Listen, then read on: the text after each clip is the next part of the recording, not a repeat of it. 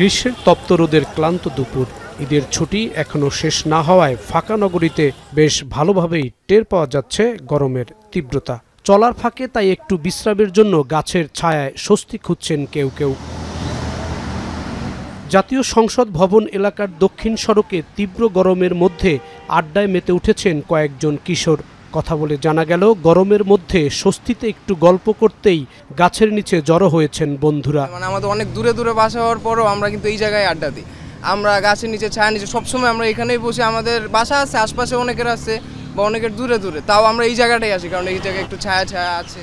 বেসরকারি প্রতিষ্ঠানে বিপণী বিভাগে মাঠ পর্যায়ে চাকরি করেন। দুপুরের রোদে ক্লান্ত শরীরে একটু আয়েশ করতেই গাছের ছায়ায় আশ্রয় নিয়েছেন। প্রতিটা রাস্তার পাশে যদি এভাবে গাছের রোপণ করে ছায়ার ব্যবস্থা করা যায় তাহলে এই গরম থেকে কিছুটা হলেও প্রশান্তি পাওয়া যাবে। আমি এক জায়গা থেকে আরেক জায়গায় মুভ করতেছি, মাঝপথে একটু গরম লাগলো তাই একটু ছায়ায় বসলাম। গরমের তেজ ও রোদের থেকে বাঁচতে অনেকে শুয়ে আছেন কিংবা অনেকে গল্প করছেন। গাছের ছায়াকে এরকম সময় সবচেয়ে বেশি আপন মনে হয়। অনেক গাছপালা কেটে ফেলা হয়েছে। এই গাছপালাটাই আমাদের সবচেয়ে বড় হলো একটা নিরাপদ জায়গা। এত গাছপালা কেটে ফেলা হয়েছে যার কারণে কষ্ট হচ্ছে মানুষের। শহর জুড়ে উবার কিংবা পাঠাও অ্যাপসে মোটরসাইকেল চালিয়ে জীবিকা নির্বাহ করছেন। গরমের কারণে পাচ্ছেন না তেমন যাত্রী, আর সড়কে বেশিক্ষণ টিকতেও পারছেন না তারা। রাস্তাঘাটে যানজট বেশি একটা নাই, তারপরেও কিন্তু গরমের যে অবস্থান, মানে কি বলবো ভাই, ভাষায় বোঝানোর মতন কিছু নাই। কোথাও দাঁড়ানো যাচ্ছে না, এত পরিমাণ রোদের তাপ।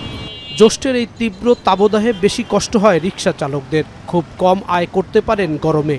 গরমের তো আমার সম্ভব না এই সময় গাড়ি চালা। গাছপালা নাই বাবা, অনেক কষ্টের উপর গাড়ি চালা লাগে। ভালো লাগে ঘুরে সাংঘাতা এরকম করে খুব ক্লান্ত। অতিরিক্ত কষ্ট হয়, যেমন মনে করেন রোদ, তেমন হচ্ছে কোনো বাতাসটাই মাঝে মধ্যে পুরো থমকে যায় দুনিয়াটা কেমন যেন। এমন ভ্যাপসা গরমে সুস্থ থাকতে চিকিৎসক বলছেন পর্যাপ্ত পানি খেতে। পানি শূন্যতায় বড় রকম বিপদ হতে পারে। একটানা কাজ না করারও পরামর্শ। গরমে কিন্তু পানিটাই কিন্তু মেন দরকার। পানিটা শরীরটাকে ঠান্ডা রাখে, তাপমাত্রার ভারসাম্যটা সেটাকে রক্ষা করে। এবং যারা শ্রমজীবী মানুষ, মানে যারা রিক্সা চালক অথবা যারা কৃষক খেতে খামারে কাজ করছে, তাদের কিন্তু এই গরমের সময় দেখা যাচ্ছে হিট স্ট্রোক হওয়ার সম্ভাবনা বেশি থাকে। এই জন্য গরমের মধ্যে কিছুক্ষণ আধা ঘন্টা হলো কাজ করার পর আধা ঘন্টা একটু ছায়ার মধ্যে বিশ্রাম করা, পানি খাওয়া অথবা মুখে পানি ছিটা দেওয়া, এটাই কিন্তু শরীরটাকে ঠান্ডা রাখে। আবহাওয়া অধিদপ্তর বলছে আগামী সপ্তাহের শুরুতেই বৃষ্টি হতে পারে। তাতে তাপমাত্রা কিছুটা কমলেও ভ্যাপসা গরম থাকবে। রংপুর, রাজশাহী অঞ্চলে সবচেয়ে বেশি তাপমাত্রা বিরাজ করছে। তাপপ্রবাহ মৃদু হলে কিন্তু মানে এর যে অনুভূতিটা, মানুষের যে অনুভূতিটা কিন্তু তীব্র আকার ধারণ করেছে। ভ্যাপসা গরমটা মানুষের অস্বস্তিটা অনেক বেশি বেড়ে গেছে। তার কারণে আমরা কিন্তু দেখছি আমাদের কিন্তু 40-42 তাপমাত্রা আমরা অভ্যস্ত, কিন্তু এখন যেহেতু বাতাসে জলীয় বাষ্পের আধিক্য বেশি, এই সাধারণ যে মৃদু তাপপ্রবাহ তাতে কিন্তু মানুষের মধ্যে অস্বস্তিটা অনেক বেশি বেড়ে গেছে। আমরা যেটা দেখছি আগামী রবিবার বা সোমবার থেকে বৃষ্টিপাতের আধিক্যটা বাড়বে, সেই ক্ষেত্রে তাপমাত্রাটা কমে আসবে।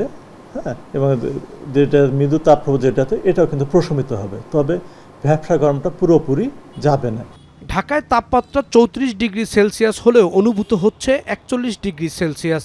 ভ্যাপসা গরমের কারণেই অস্বস্তি বেশ। জাহিদ হাসান, এখন, ঢাকা।